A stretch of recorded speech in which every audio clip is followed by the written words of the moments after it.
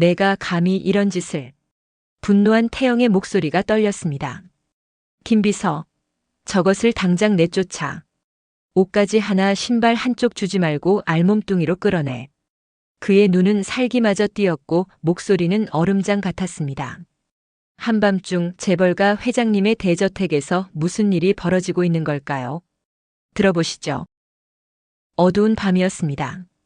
태영은 서둘러 집으로 향하고 있었습니다. 5일간의 부산 가구 박람회 출장이 끝났고 오랜만에 집에 돌아간다는 생각에 그의 입가에는 미소가 번졌습니다. 태영 가구의 회장으로서 그의 일정은 언제나 빡빡했지만 미연을 향한 생각이 그의 머리를 떠난 적은 없었습니다. 미연을 생각하면 항상 마음이 따뜻해졌습니다.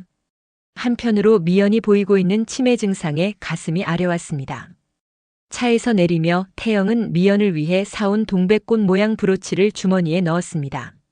미연이 좋아했던 모양이었습니다. 태영의 가슴은 설렘으로 가득했습니다. 저 왔어요, 미연 씨. 현관문을 열고 들어서자 집안은 어둡고 조용했습니다. 태영의 미소가 천천히 사라졌습니다. 평소 같으면 불이 환하게 켜져 있고 잔잔한 음악이 흐르고 있을 텐데 순간 태영의 가슴 한켠이 차갑게 식었습니다. 미연 씨? 태영은 불안한 마음으로 거실불을 켰습니다. 아무도 없었습니다. 주방도 서재도 비어 있었습니다. 미연 씨, 어디 계세요? 태영의 목소리가 흔들렸습니다. 그는 서둘러 미연의 방으로 향했습니다. 문을 벌컥 열었지만 방은 텅 비어 있었습니다. 침대는 호텔처럼 단정하게 정돈되어 있었고 미연의 온기는 어디에서도 느껴지지 않았습니다. 태영의 심장이 빠르게 뛰기 시작했습니다. 그는 집안 구석구석을 살폈습니다. 화장실, 옥상, 심지어 지하실까지. 하지만 미연은 어디에도 없었습니다. 미연 씨, 대답 좀 해봐요. 소리치는 태영의 목소리가 빈 집안에 공허하게 울려 퍼졌습니다. 그때 2층에서 허둥지둥 내려오는 발소리가 들렸습니다. 작은 아들 민석과 며느리 지연이었습니다. 아버님 벌써 오셨어요? 내일 오실 줄 알았는데. 지연의 목소리가 떨렸습니다. 그녀의 얼굴은 창백했고 눈빛이 불안정했습니다. 태영은 그 순간 직감했습니다. 뭔가 끔찍하게 잘못되었다는 것을. 어머니는 어디 있지?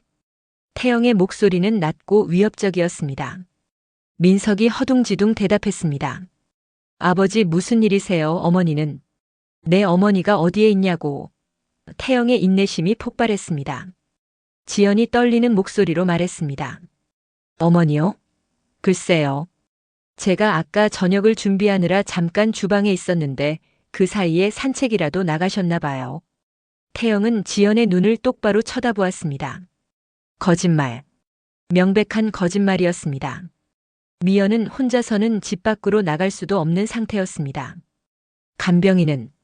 태영이 물었습니다. 간병인은 어디 있어? 오늘 몸이 안 좋다고 연락이 왔어요. 지연의 목소리가 점점 작아졌습니다. 태영은 그 자리에서 휴대폰을 꺼내 비서에게 전화했습니다.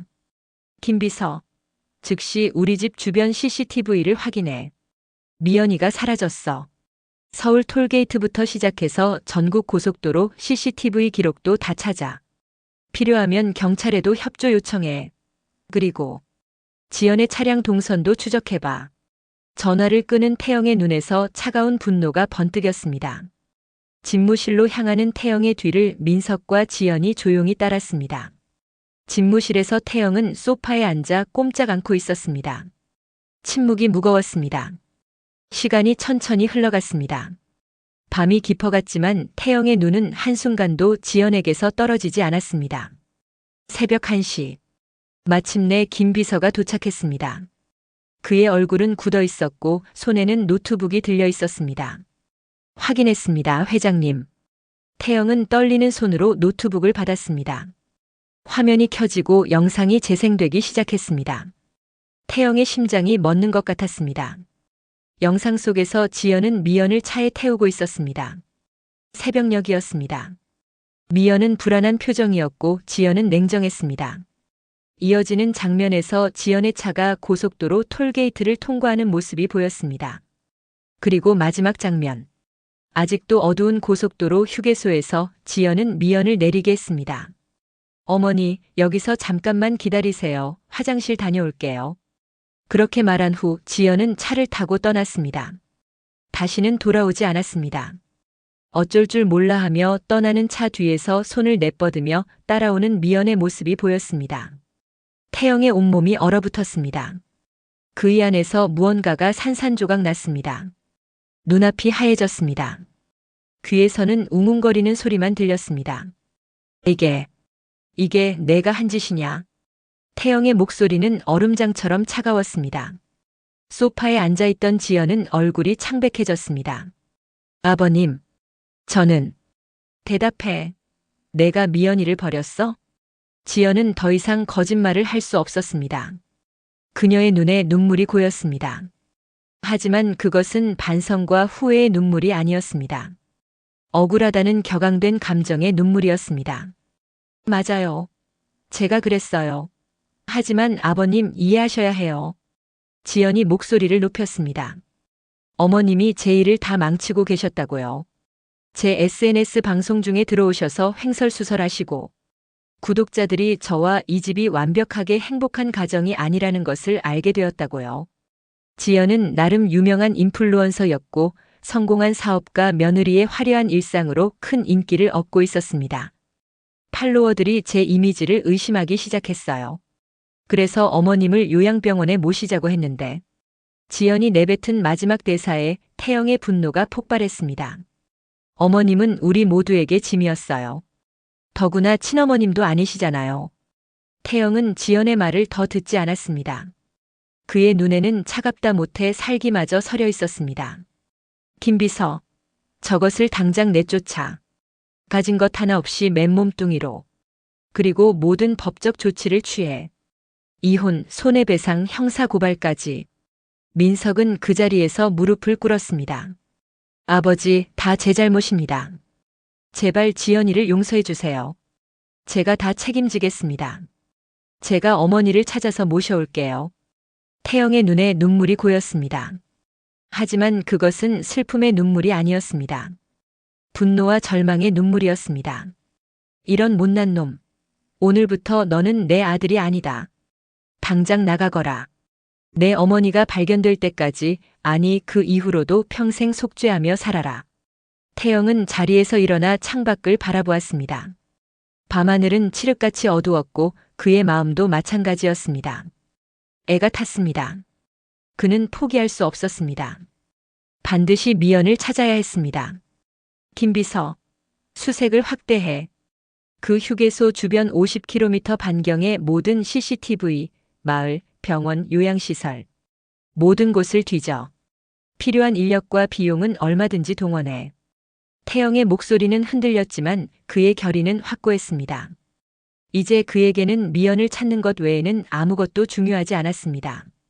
태영은 미연을 찾기 위해 모든 것을 걸었습니다. 경찰에게 정보를 제공하고 수색에 도움이 될 만한 미연의 사진과 특징을 전달했습니다. 전국에 깔려있는 회사의 유통망을 이용해 미연을 찾는 전단지를 돌렸습니다. 사립탐정도 고용해 휴게소 주변 CCTV를 철저히 분석했습니다. 기다림은 고통스러웠고 불안감은 더 커져만 갔습니다.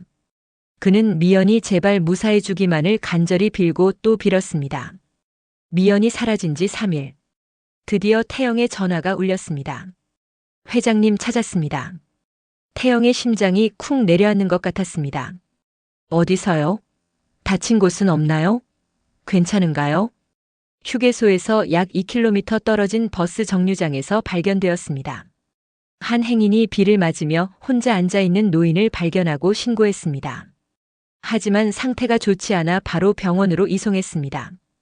태영은 즉시 병원으로 달려갔습니다. 그곳에서 미연은 이미 중환자실로 옮겨진 상태였습니다. 상태가 위중합니다. 저체온증과 탈수 증상이 심각해요. 정신적 충격도 컸던 것 같습니다. 의사의 말과 가는 팔목 위로 보이는 멍자국, 긁힌 상처의 태영은 가슴이 찢어지는 듯 했습니다. 최고의 의료진을 배치하고 자신이 직접 병상을 지켰습니다. 이제 그는 병실에 앉아 미연의 회복을 기도하고 있었습니다. 두 번이나 당신을 잃을 수는 없어. 이번엔 절대 그렇게 보내지 않을 거야. 빗방울이 창문을 타고 흘러내리는 모습을 보며 태영은 깊은 회상에 잠겼습니다.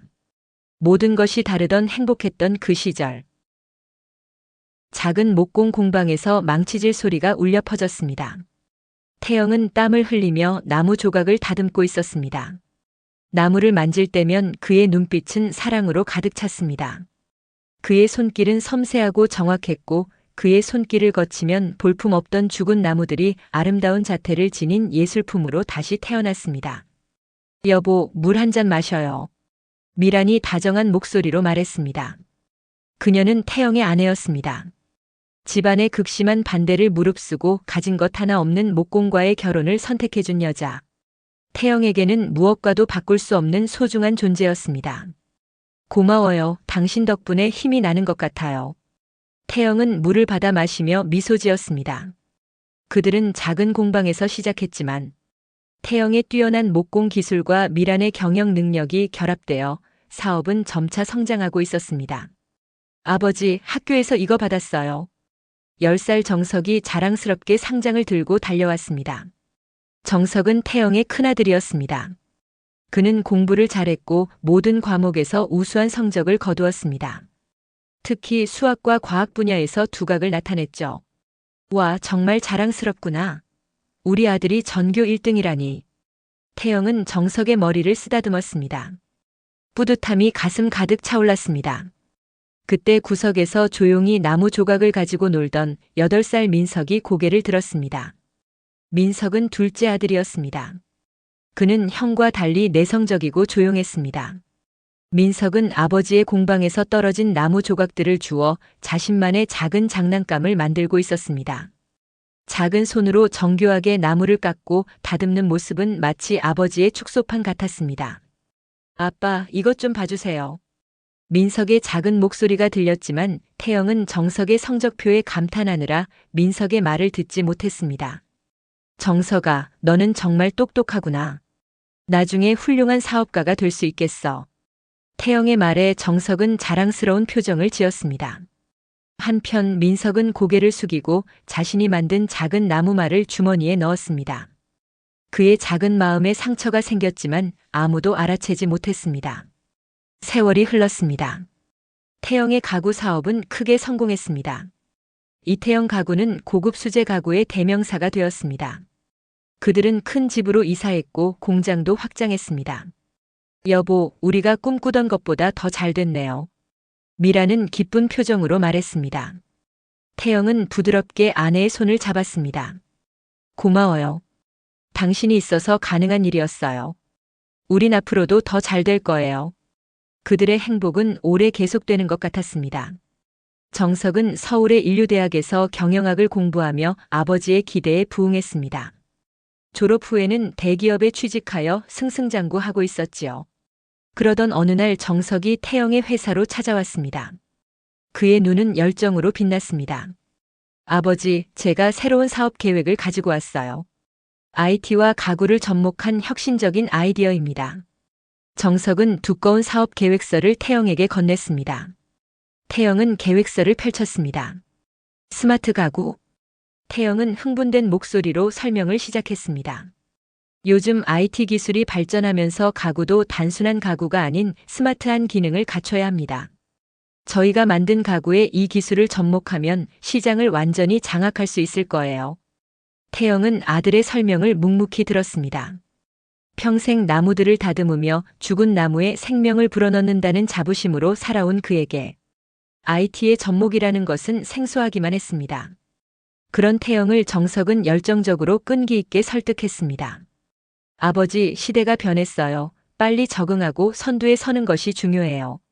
정말 대단한 발상이구나. 하지만 이런 사업을 시작하려면 많은 투자가 필요할 텐데. 정석은 자신 있게 대답했습니다. 네, 초기 투자금이 많이 필요해요. 하지만 성공하면 수익도 엄청날 거예요. 아버지, 저를 믿어주세요. 태영은 생각에 잠겼습니다. 알았다. 너를 믿어보마. 회사를 매각하고 내 사업에 투자하겠다. 그 순간 미란의 얼굴이 걱정으로 가득 찼습니다. 여보, 그건 너무 위험하지 않을까요? 당신이 평생 일궈온 회사인데. 태영은 자신에게 다짐하듯 천천히 대답했습니다. 괜찮아요. 우리 아들을 믿어요. 정석이라면 해낼 수 있을 거예요. 이 결정이 그의 인생을 완전히 바꿀 것이라는 사실을 그때는 알지 못했습니다. 태영은 결국 자신의 가구 회사를 매각했습니다. 30년간 일궈온 회사였습니다. 그의 손에서 탄생한 가구들, 그가 쏟아부은 정성과 시간이 담긴 회사였습니다. 매각 금액은 모두 정석의 스마트 가구 사업에 투자되었습니다. 처음에는 순조롭게 진행되는 듯 했습니다. 정석의 회사는 화려하게 출발했고 많은 언론의 주목을 받았습니다. 하지만 1년쯤 지나자 문제가 나타나기 시작했습니다. 아버지, 예상치 못한 문제가 생겼어요. 중국에서 비슷한 제품이 훨씬 저렴한 가격으로 출시됐습니다. 정석의 얼굴은 창백했습니다. 태영은 아들을 안심시키려 했습니다. 괜찮아, 우리 제품은 품질이 더 좋으니까 경쟁력이 있을 거야. 하지만 상황은 나아지지 않았고 점점 더 악화되었습니다. 투자금은 빠르게 소진되었고 매출은 기대에 미치지 못했습니다. 2년 후 정석의 회사는 파산 직전에 이르렀습니다. 아버지, 정말 죄송합니다. 제가 너무 자만했어요. 정석은 눈물을 흘리며 고개를 숙였습니다. 태영의 가슴이 무너져 내렸습니다. 모든 재산을 잃은 것도 충격이었지만 아들의 무너진 모습이 더 가슴 아팠습니다. 괜찮아, 정석아. 실패는 성공의 어머니라고 하잖니. 우리가 다시 시작하면 돼. 태영은 강한 척했지만 내면은 공허했습니다. 그의 인생이 한순간에 무너져 내린 기분이었습니다. 더 큰 비극은 그 후에 찾아왔습니다. 미란이 갑자기 쓰러진 것입니다. 처음에는 단순한 피로라고 생각했습니다. 하지만 병원 검사 결과는 충격적이었습니다. 암이 상당히 진행된 상태이고 즉시 치료를 시작해야 한다는 의사의 말에 태영의 세계가 무너져 내렸습니다. 그는 미란의 손을 꼭 잡았습니다. 손가락이 떨렸습니다. 괜찮아요, 당신. 우리가 이겨낼 거예요. 하지만 현실은 너무도 냉혹했습니다. 회사 매각 후 모든 재산을 정석의 사업에 투자했기 때문에 고가의 암 치료비를 감당하기 어려웠습니다. 태영은 필사적으로 돈을 구하려 했지만 이미 많은 빚을 지고 있었습니다. 미란의 상태는 나날이 악화되었습니다. 적절한 치료를 받지 못한 채 그녀는 점점 약해졌습니다. 여보, 미안해요. 내가 당신 말을 들었어야 했는데. 태영은 병상의 미란 곁에서 흐느꼈습니다. 미란은 힘없는 손으로 태영의 뺨을 쓰다듬었습니다. 괜찮아요. 우리는 행복했잖아요. 그걸로 충분해요. 그녀는 미소 지었습니다. 그것이 태영이 본 마지막 미소였습니다. 다음 날 아침 미란은 영원히 눈을 감았습니다. 태영의 마음은 완전히 무너졌습니다. 그는 장례식 내내 멍한 상태였습니다. 현실을 받아들일 수 없었습니다. 장례식이 끝난 후 그는 홀로 남겨졌습니다. 빚쟁이들에게 쫓기던 정석은 어느 날 가족들을 데리고 도망치듯 사라졌고 태영이 살던 집도 경매로 넘어간 지 오래였습니다. 빚더미와 상실감 속에서 그는 점점 자신을 잃어갔습니다. 세상 무엇보다 사랑했던 아내도 평생을 바쳐 일해온 회사도 잃고 갈 곳 없는 그는 거리의 노숙자가 되었습니다. 한때 성공한 사업가였던 그가 이제는 공원 벤치에서 잠을 자는 신세가 되었습니다. 서울 도심의 공원 한켠에 자리 잡은 나무 벤치 위 남루한 차림의 한 남자가 조그마한 나무 조각을 깎고 있었습니다. 그의 손은 거칠고 지저분했지만 나무를 다루는 솜씨만은 여전히 정교했습니다. 이 남자가 바로 한때 성공한 가구 회사 사장이었던 태영이었습니다.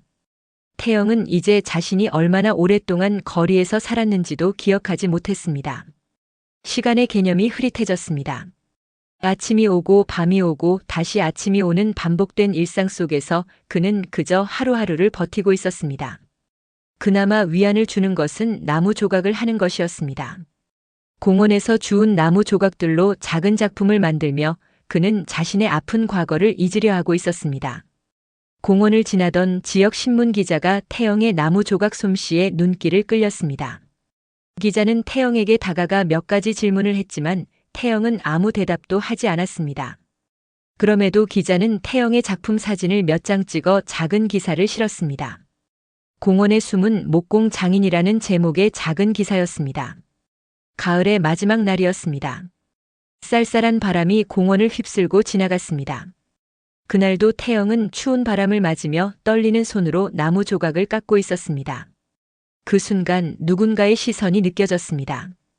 고개를 들어보니 한 젊은 남자가 그를 유심히 바라보고 있었습니다. 태영은 시선을 피했습니다. 그가 빨리 지나가기를 바라는 마음뿐이었습니다. 하지만 젊은 남자가 천천히 다가왔습니다. 혹시 이태영 선생님 아니세요? 낯선 목소리에 태영의 손이 멈췄습니다. 오랜만에 들어보는 자신의 이름이 낯설게 느껴졌습니다. 그는 천천히 고개를 들었습니다. 누구신가요? 목소리가 갈라졌습니다. 오랫동안 말을 하지 않아서 그런지 목소리를 내는 것조차 어색했습니다. 저는 이종우라고 합니다. 제 장모님이 선생님을 찾고 계세요. 태영의 눈썹이 움찔했습니다. 자신을 찾는 사람이 있다니 믿기지 않았습니다. 무슨 착각이신 것 같은데요. 태영은 다시 나무 조각으로 시선을 돌렸습니다. 하지만 종우는 물러서지 않았습니다. 며칠 전 지역 신문에 실린 기사를 보고 장모님이 선생님이라고 확신하셨어요. 이 나무 조각 작품들을 보고요. 종우는 스마트폰을 꺼내 저장해둔 기사를 보여주었습니다. 태영은 무심코 화면을 바라보았습니다. 자신의 모습이 담긴 사진에 당황했습니다. 장모님이 꼭 뵙고 싶어 하세요. 중요한 이야기가 있으시대요. 태영은 망설였습니다. 낯선 이의 친절이 의심스러웠습니다. 하지만 종우의 진심 어린 표정과 이제 막 다가온 겨울의 한기가 그를 움직이게 했습니다. 천천히 고개를 끄덕였습니다. 종우의 차를 타고 도착한 곳은 조용한 주택가의 아담한 집이었습니다. 정갈하고 따스한 느낌의 집이었습니다. 종우가 초인종을 누르자 안에서 부드러운 목소리가 들렸습니다. 누구세요? 장모님, 저 종우예요. 선생님 모셔왔습니다. 문이 열렸습니다. 그리고 그 순간 태영의 심장이 멈추는 것 같았습니다. 문 앞에 서 있는 여인은 바로 미란이었습니다. 태영은 자신의 눈을 의심했습니다. 숨이 막혔습니다. 미란아.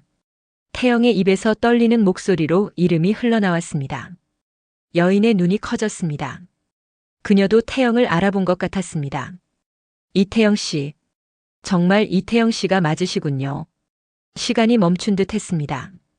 두 사람은 서로를 바라보며 말을 잇지 못했습니다. 종우가 상황을 설명했습니다. 장모님, 신문에서 보신 그분이 맞으세요. 여인은 태영을 자세히 살펴보았습니다. 그녀의 눈에 눈물이 맺혔습니다. 들어오세요. 집 안으로 들어선 태영은 여전히 혼란스러웠습니다. 거실에 앉자 여인이 조용히 입을 열었습니다. 저는 미연이에요. 미란의 동생이죠. 미란의 쌍둥이 동생 미연. 그는 미란에게 동생이 있다는 이야기를 들은 적이 있었지만 만난 적은 없었습니다. 며칠 전 종우가 무심코 지역 신문을 보여주면서 공원에 숨은 목공 장인에 관한 이야기를 했어요. 그 사진 속 목공 작품을 보자마자 알았죠. 이태영 씨 작품이라는 걸요. 미연은 잠시 자리를 비웠다가 오래된 나무 상자를 가지고 돌아왔습니다. 정교한 무늬가 새겨진 아름다운 상자였습니다. 이건 언니가 저에게 선물해 준 거예요. 태영 씨가 만든 거라고 했죠. 제가 소중히 여기는 물건이에요.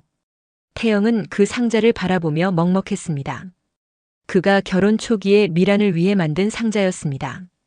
언니가 돌아가셨다고 들었어요. 미연의 목소리가 떨렸습니다.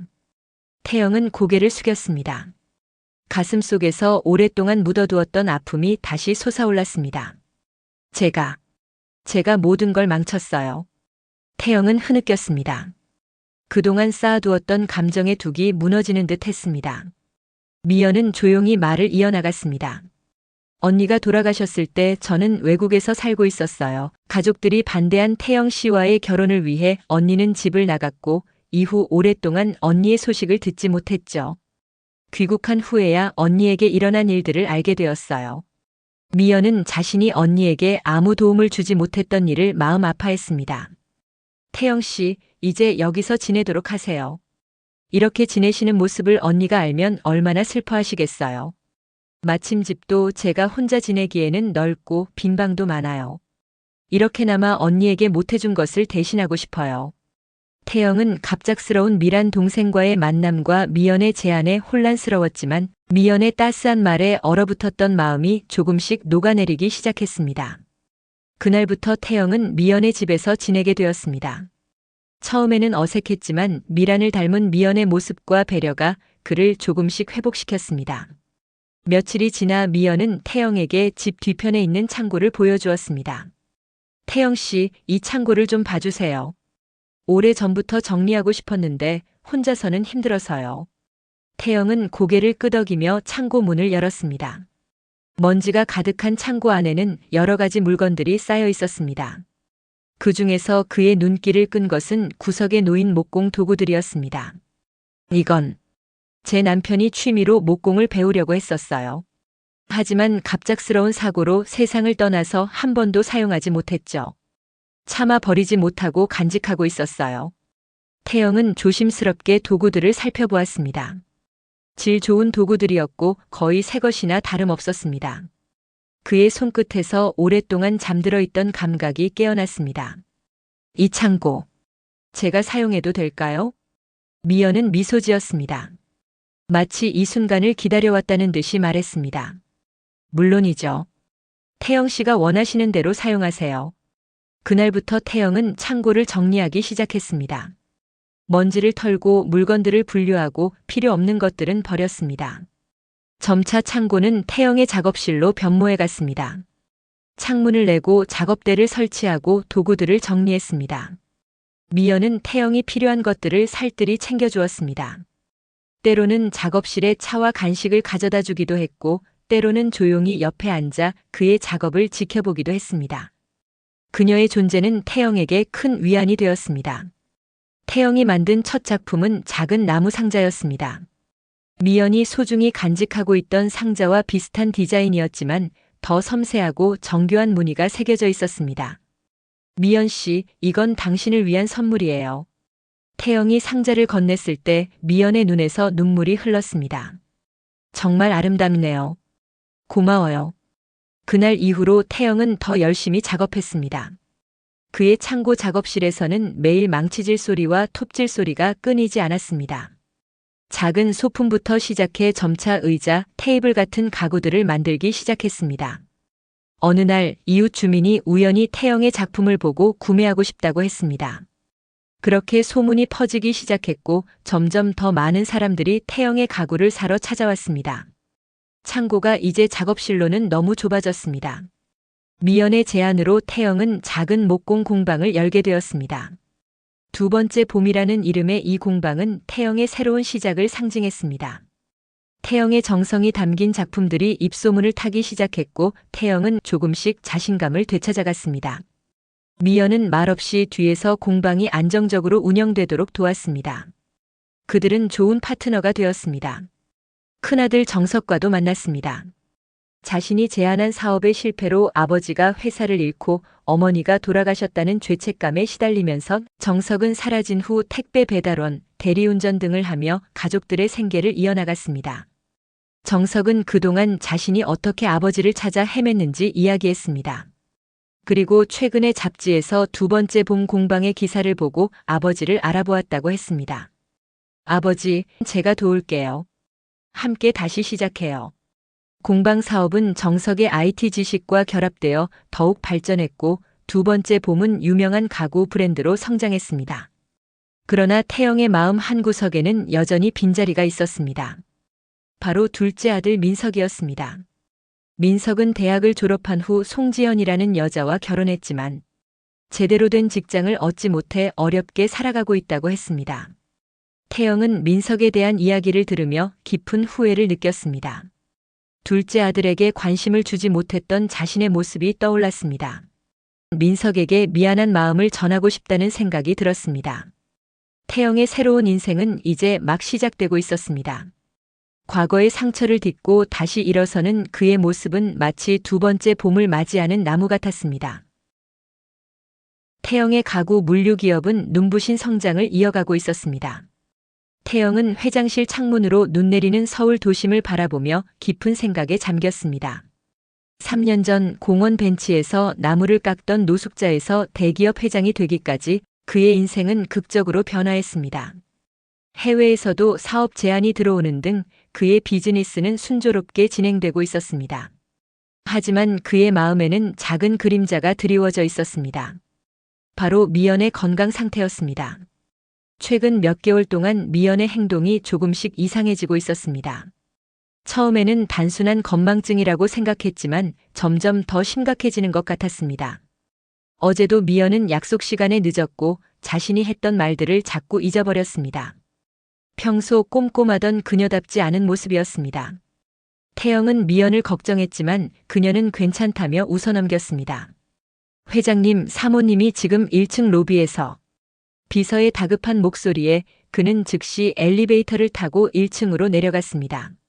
로비에 도착하자 직원들이 당황한 표정으로 모여 있었고 그 가운데 미연이 혼란스러운 표정으로 서 있었습니다. 여기가 어디죠? 저는 지금 집에 가야 하는데. 미연의 목소리가 떨리고 있었습니다. 태영은 급히 다가가 그녀의 어깨를 부드럽게 잡았습니다. 미연 씨, 저예요. 태영이에요. 미연의 눈에 순간 인식의 빛이 돌아왔습니다. 그녀는 태영을 바라보며 안도의 한숨을 내쉬었습니다. 태영 씨, 저는 지금 잠시 혼란스러웠나 봐요. 태영은 미연의 손을 꼭 잡고 그녀를 회장실로 데려갔습니다. 문을 닫고 미연을 소파에 앉히자 그녀의 눈에서 눈물이 흘러내렸습니다. 제가 이상해지고 있어요, 태영 씨. 가끔씩 제가 어디에 있는지, 무엇을 하고 있는지 기억이 나지 않아요. 미연의 고백에 태영의 가슴이 무너져 내렸습니다. 그는 미연의 손을 더욱 꼭 잡았습니다. 다음 날 태영은 미연과 함께 대학병원을 찾았습니다. 여러 검사를 받은 후 의사는 그들을 진료실로 불렀습니다.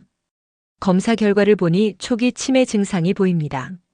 아직은 초기 단계라 적절한 치료와 관리로 진행 속도를 늦출 수 있습니다. 의사의 말에 태영의 온몸에 전기가 흐르는 것 같았습니다. 미연은 고개를 숙인 채 손수건을 꼭 쥐고 있었습니다. 병원을 나오는 내내 두 사람은 말없이 걸었습니다. 차에 오른 후에야 미연이 입을 열었습니다. 이제 제가 태영 씨 짐이 될 것 같네요. 미안해요, 태영 씨. 태영은 단호하게 고개를 저었습니다. 그런 말 말아요. 내가 다시 일어설 수 있었던 것이 다 누구 덕분인데. 하지만 앞으로는 도움이 필요할 것 같아요. 태영은 집으로 돌아오는 길에 깊은 생각에 잠겼습니다. 미연을 돌봐줄 누군가가 필요했습니다. 태영은 둘째 아들 민석에게 전화를 걸었습니다. 민석아, 내일 시간 내서 아버지 회사에 오거라. 내게 할 말이 있단다. 형편이 여전히 어려웠던 민석에게 태영은 매달 생활비를 보태주고 있었습니다. 회사에서 시킬 만한 마땅한 일이 없었고 민석 또한 일할 의지도 없어 보였습니다. 민석이 태영의 사무실 문을 열고 들어왔습니다. 태영은 오랜만에 보는 아들의 모습에 가슴이 뭉클했습니다. 민석은 여전히 소심해 보였고 예전보다 더 위축된 느낌이었습니다. 대화를 나누면서 태영은 민석의 상황을 더 자세히 알게 되었습니다. 대학에서 만난 지연과 결혼한 민석은 졸업 후 여러 회사에 지원했지만 번번이 실패했습니다. 경제적으로 독립하지 못한 민석은 SNS 인플루언서로 수입이 있던 지연에게 많이 의존하게 되었고 점점 더 자신감을 잃어가고 있었습니다. 민석아, 우리 집에서 함께 살지 않을래? 너와 지연이가 우리 집에 와서 지내면 어떨까? 민석의 눈이 커졌습니다. 그는 잠시 망설이다가 대답했습니다. 정말요? 하지만 지연이와 함께 오면 돼. 넓은 집이니까 불편하지 않을 거야. 그리고 미연이 도움이 필요하다. 너희가 함께 있어주면 좋겠구나. 태영은 미연의 상태를 민석에게 설명했습니다. 민석은 진지하게 듣더니 고개를 끄덕였습니다. 지연이와 상의해 볼게요. 다행히 지연은 태영의 제안에 생각보다 쉽게 동의했습니다. 부자 시아버지의 호화로운 집에서 사는 것이 좋았고 그녀의 인플루언서 이미지에도 도움이 될 것이라고 생각한 것 같았습니다. 민석과 지연은 곧 태영의 대저택으로 이사했습니다. 넓은 정원이 있는 고급스러운 주택에 지연은 금세 적응했습니다. 그녀는 재벌가 며느리의 일상이라는 주제로 SNS 콘텐츠를 만들기 시작했고 팔로워 수는 급격히 증가했습니다. 민석 씨, 이 집은 정말 멋져요. 제 팔로워들이 모두 부러워하고 있어요. 민석을 부하 직원 부리듯 함부로 대하던 지연이 처음으로 민석에게 밝고 애교 섞인 미소를 보였습니다. 지연은 태영 앞에서 항상 공손하고 예의 바른 며느리였습니다. 태영도 지연의 밝은 에너지가 집안의 분위기를 환기시킨다고 생각했습니다. 하지만 태영이 보지 않는 곳에서 미연에 대한 지연의 태도는 달랐습니다. 미연이 혼란스러워하거나 같은 질문을 반복할 때마다 지연의 표정은 굳어졌고 카메라가 꺼지면 미연을 대하는 태도가 변했습니다. 어머, 또 같은 질문을 하시네요. 아까 말씀드렸잖아요. 지연의 목소리에는 짜증이 묻어났습니다. 지연은 이 완벽한 집에서 미연이 옥의 티라고 생각했습니다.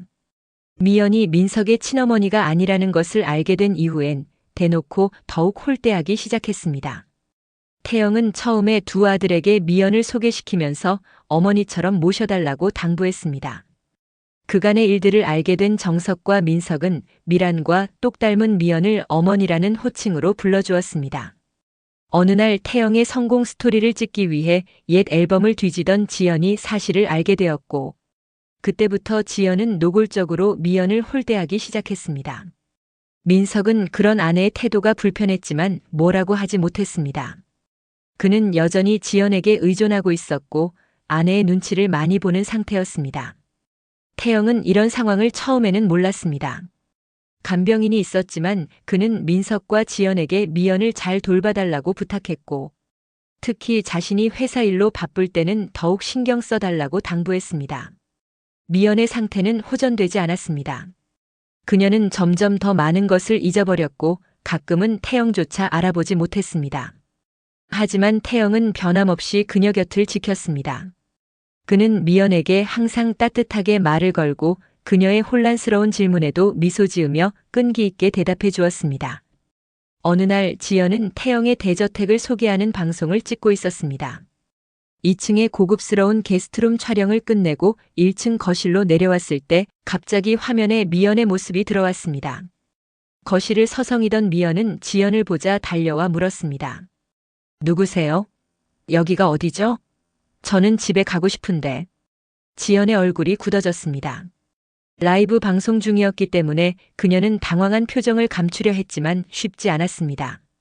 저기요. 집에 좀 데려다 주세요. 태영 씨가 기다려요. 라이브 채팅창에 질문이 쏟아졌습니다. 저분은 누구세요? 지연님 시어머니인가요? 왜 저러시는 거죠? 지연은 급히 방송을 중단했습니다. 그녀의 표정에서는 당혹감과 함께 분노가 느껴졌습니다. 그날 이후 지연은 민석에게 몇 번이나 미연을 요양원에 보내는 것이 어떻겠냐고 조르기 시작했습니다. 그러나 항상 자신의 말이라면 무엇이든 들어주던 민석이 이번만큼은 꿈쩍도 하지 않았습니다. 민석은 미연이 좋았습니다. 엄마를 꼭 닮은 외모의 상냥한 그녀를 보고 있으면 돌아가신 엄마가 다시 살아오신 것 같았습니다. 그는 전혀 거부감 없이 미연을 어머니라고 부르며 보살폈고 미연도 민석을 특히 믿고 의지하는 듯 보였습니다. 민석이 그럴수록 지연은 미연의 존재가 더욱 견딜 수 없어졌습니다. 가을의 끝자락 태영은 중요한 출장을 앞두고 있었습니다. 부산에서 열리는 가구박람회는 전 세계에 내놓으라 하는 가구 관련 회사의 바이어들이 총집합하는 국제적인 행사였고 태영은 그중 몇 명과 이미 미팅 약속을 잡아놓고 있었습니다. 그는 5일이나 미연을 혼자 두고 가는 것이 불안했지만 이번 계약은 회사의 미래를 위해 매우 중요했습니다. 민석이 미연을 잘 돌보겠다고 약속했고 태영은 비로소 마음을 놓았습니다. 급한 일 생기면 전화해요. 바로 돌아올게요. 태영은 미연의 손을 꼭 잡으며 말했습니다. 미연은 옅은 미소를 지었습니다. 그날은 그녀의 상태가 좋은 날이었습니다. 걱정 말고 잘 다녀오세요. 전 괜찮아요. 태영은 출장을 떠났습니다. 5일간의 일정이었지만 바이어와의 미팅이 순조롭게 잘 풀려 빨리 마무리되었습니다. 그는 하루라도 빨리 돌아가 미연 곁에 있어주고 싶었습니다. 그리고 그가 서둘러 돌아온 바로 그날, 미연이 버려진 것이었습니다. 태영은 지연에 대한 모든 법적 조치를 취했습니다.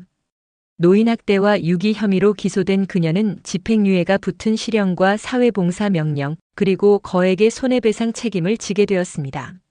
하지만 더 큰 타격은 사회적 몰락이었습니다. 지연의 행동이 언론에 보도되면서 그녀가 그렇게도 소중히 여기던 인플루언서로서의 명성은 순식간에 무너졌습니다. 브랜드들은 계약을 파기했고 한때 재벌가의 며느리로 모두의 부러움을 사던 그녀는 노인 학대범으로 낙인 찍히며 비난의 대상으로 전락했습니다. 허름한 몰골로 거리를 걷고 있는 모습을 보았다는 것을 마지막으로 지연에 대한 소식은 어디에서도 들을 수 없었습니다. 태영은 오늘도 병원 침대 옆에 앉아 잠든 미연의 창백한 얼굴을 바라보고 있었습니다. 그녀는 미란과 너무나 닮아 있습니다. 똑같은 얼굴, 다른 운명을 가진 두 자매. 그리고 그들과 얽힌 자신의 인생. 미연 씨, 제발 약해지지 말아요. 이번에는 제가 당신을 지킬 겁니다. 다시는 놓치지 않을 거예요. 태영은 미연의 손을 꼭 쥐었습니다. 태영의 바램을 들었는지 미연이 희미한 목소리로 말했습니다. 태영 씨, 집에 가고 싶어요. 바다가 보고 싶어요. 태영은 고개를 끄덕였습니다. 그도 이제 병원이 미연에게 최선의 장소라고 생각하지 않았습니다. 지난 2달간 미연은 여기서 치료를 받았지만 인지 기능은 크게 회복되지 않았습니다. 의사들은 더 이상의 급격한 향상을 기대하기 어렵다고 말했습니다. 태영은 의사와 긴 상담을 한 후 퇴원 결정을 내렸습니다. 미연을 위한 더 나은 환경을 고민하던 태영은 미란과 미연의 고향이 남해라는 것을 떠올렸습니다. 바다가 보이는 조용한 마을, 그곳이라면 미연에게 좋을 것 같았습니다. 태영은 더 이상 회사 경영에 집중하지 않기로 했습니다. 큰아들 정석에게 모든 경영권을 넘기고 이제는 미연을 위한 시간을 갖기로 결심했습니다. 한 달 후 태영은 남해에 바다가 보이는 아름다운 집을 구입했습니다. 2층짜리 목조주택으로 넓은 정원이 있고 바다가 한눈에 보이는 집이었습니다. 그는 집 옆에 작은 목공방도 마련했습니다. 미연과 함께 남해로 이사한 날 태영은 오랜만에 마음의 평화를 느꼈습니다. 열린 창문으로 바다 내음이 들어왔고 미연은 창가에 앉아 바다를 바라보며 미소 짓고 있었습니다. 남해에서의 생활은 두 사람에게 치유의 시간이 되었습니다. 미연의 상태는 급격히 좋아지지는 않았지만 평화로운 환경에서 안정을 찾았습니다. 그녀는 덜 혼란스러워했고 더 자주 미소 지었습니다. 태영은 매일 아침 바다를 산책하며 하루를 시작했습니다. 그리고 작은 목공방에서 가구를 만들기 시작했습니다. 그의 솜씨는 여전히 녹슬지 않았고 그는 나무를 다루는 기쁨을 다시 느꼈습니다. 미연을 위해 특별한 흔들의자를 만들어 바다가 잘 보이는 창가에 놓았습니다. 어느 가을날 예상치 못한 방문객이 찾아왔습니다. 민석이었습니다. 그는 긴장한 표정으로 현관 앞에 서 있었습니다. 아버지, 정말 죄송해요. 지연이를 막지 못했어요. 저는 끝까지 아버지께 실망만 안겨드리고. 그는 말을 잇지 못한 채 고개를 숙였습니다. 뚝뚝 떨어지는 눈물이 보였습니다. 떨리는 그의 어깨를 감싸 안아 집으로 들여오면서 태영은 마음이 아려오는 것을 느꼈습니다. 성적표를 자랑스럽게 흔드는 정석의 뒤에 항상 움츠려 있던 민석의 작은 모습이 떠올랐습니다. 왜 이 아이를 좀 더 이해하고 보듬어주지 못했을까? 그날 아버지와 아들은 오랜 시간 긴 이야기를 나누며 과거의 상처와 오해를 하나씩 풀어갔습니다.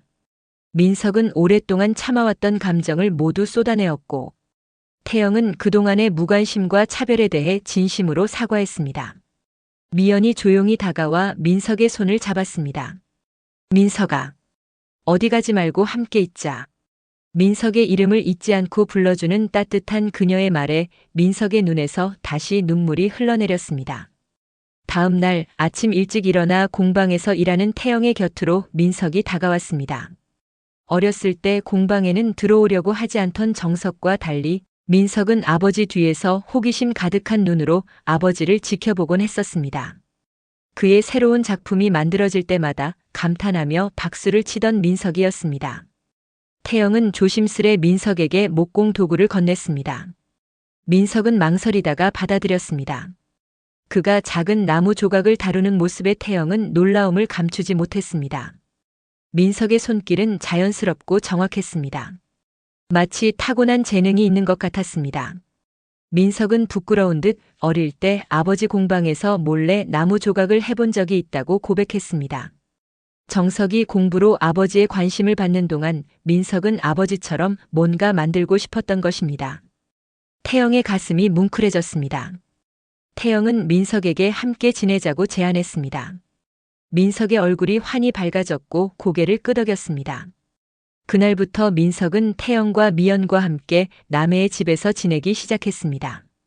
그는 아버지에게 목공을 배우며 놀라운 재능을 보여주었습니다.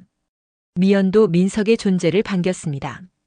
비록 여전히 혼란스러운 상태였지만 민석이 누구인지는 대체로 기억했습니다. 미연의 상태는 천천히 안정되었습니다.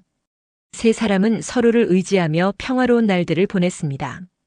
어느 날 저녁 세 사람은 테라스에 앉아 바다를 바라보고 있었습니다.